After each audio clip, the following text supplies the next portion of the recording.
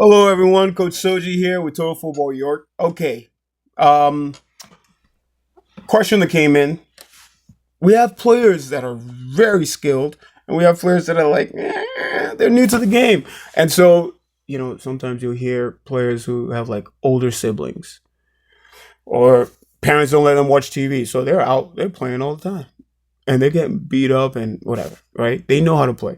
And then the kids who can't play, you know them. 5 minutes in, you're like, oh my God, you're not even an athlete, right?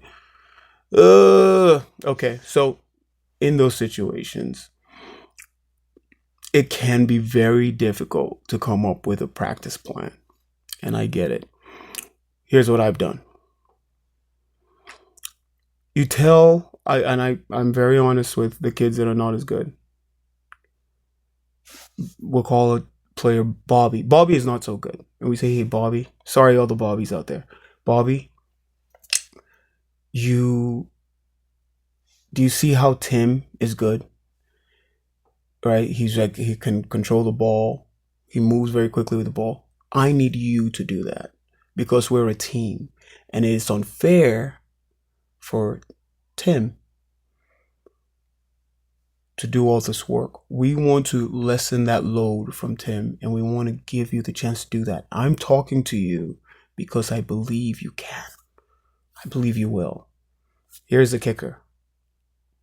Those unskilled players, or those low-skilled players, they're not going to get better just from practice. As a matter of fact, very little of their improvement will happen at practice.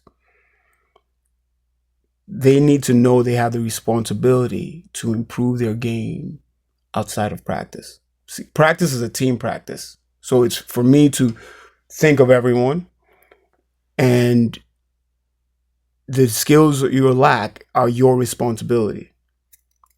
So maybe they start to improve, and every single chance we clap for them, and maybe they don't. And it's like, okay, well, your soccer days are numbered.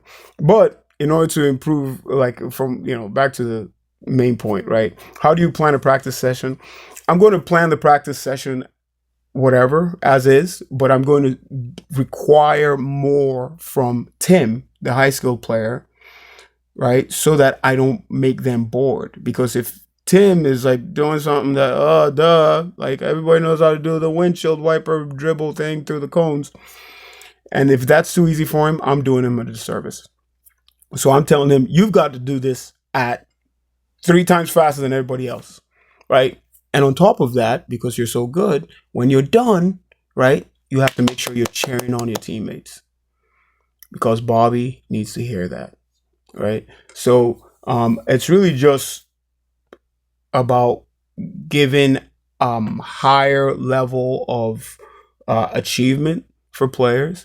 And then we want to be honest with those players who are not as skilled, that you've got to get up there. You have to get up there, and you will not. And here's the second thing. You're not going to get up there just at practice. You have to do 2, 3, 4 times the work. If you really like the sport and you really want things to be fair because we're on a team, then you have to do more of the work. Now, there are times where that discrepancy is so high that probably the highest level kid needs to be playing up. Okay, that's not for this. Or the lowest kid needs to be playing at like a different sport. That's not for this. This is like just, a discrepancy that's acceptable and understandable within like the U10, U9 age group. Outside of that, yeah, if you can't practice on your own, you probably shouldn't be playing the sport. Good luck out there.